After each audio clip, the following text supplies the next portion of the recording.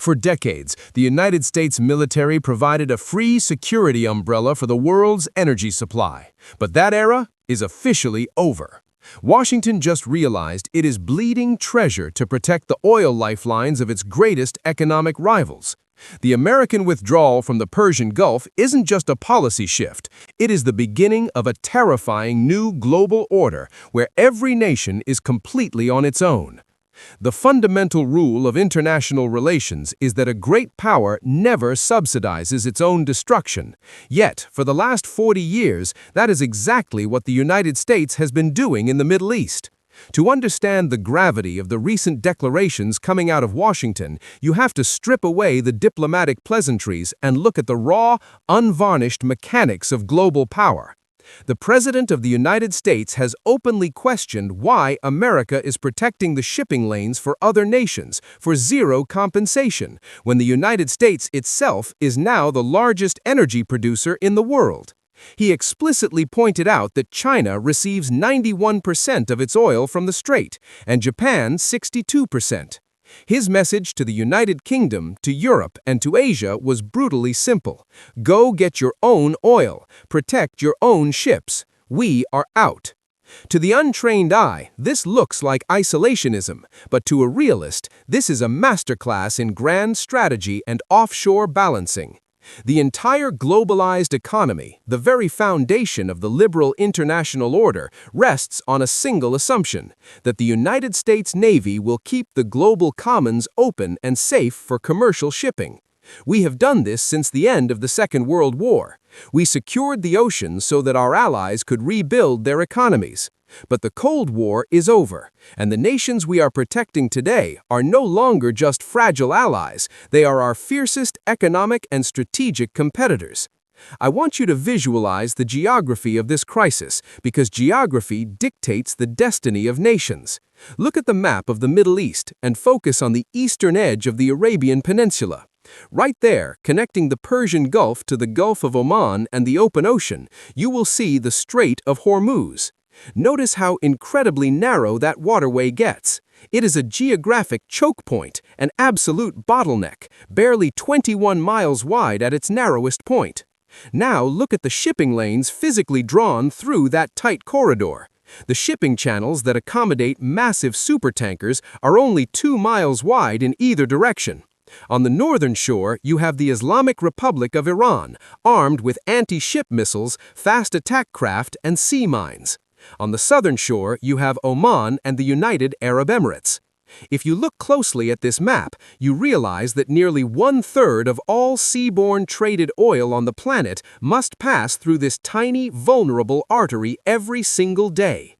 Millions of barrels of crude oil, the lifeblood of the industrial world, forced through a heavily militarized funnel.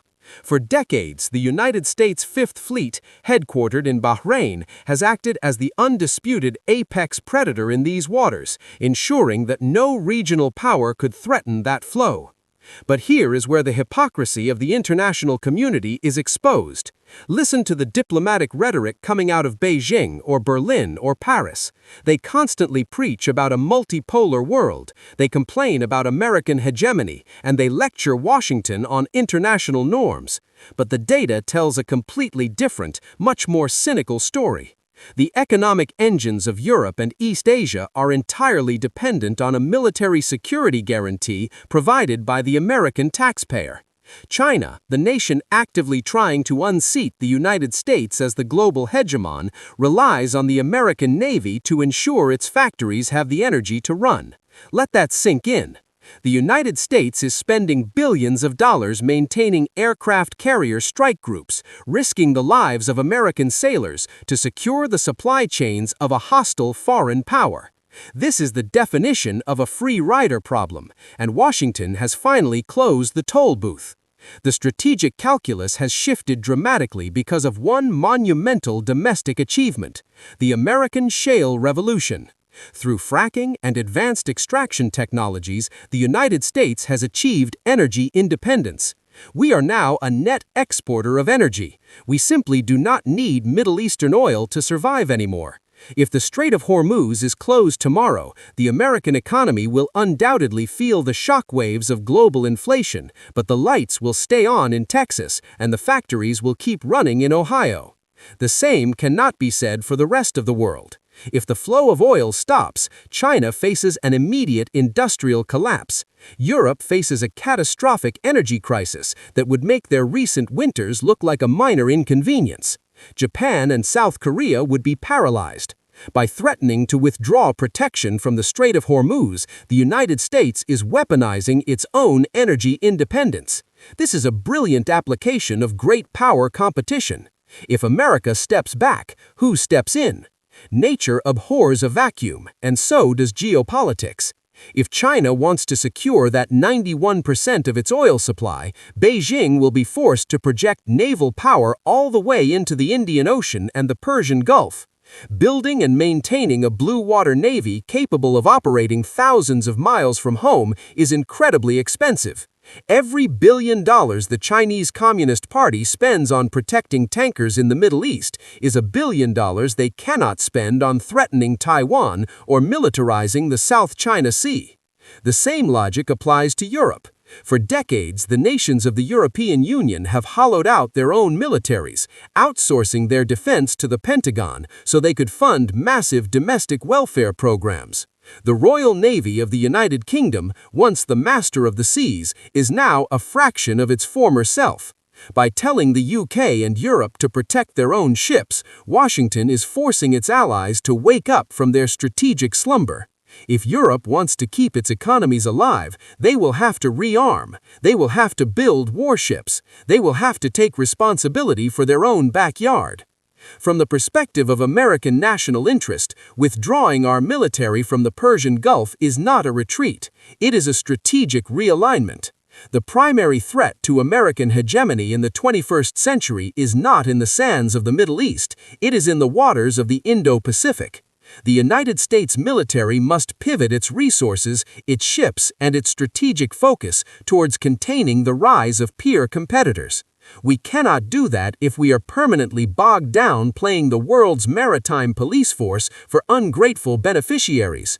Washington's best play here is to adopt a strict offshore balancing. We maintain enough over-the-horizon strike capability to prevent any single hostile nation from dominating the entire Middle East, but we step back from the day-to-day policing of the shipping lanes. Let regional powers like Saudi Arabia and Iran balance each other. Let China and Europe figure out how to navigate the treacherous waters of the global commons without an American escort. When you withdraw the stabilizing force of the American military, the world does not become a peaceful utopia of global cooperation. It reverts to its natural state, a brutal, chaotic arena of competing interests where the strong do what they can and the weak suffer what they must. By walking away from the Strait of Hormuz, the United States is reminding the world exactly what American hegemony provided, and exactly how cold and dark the world will be without it.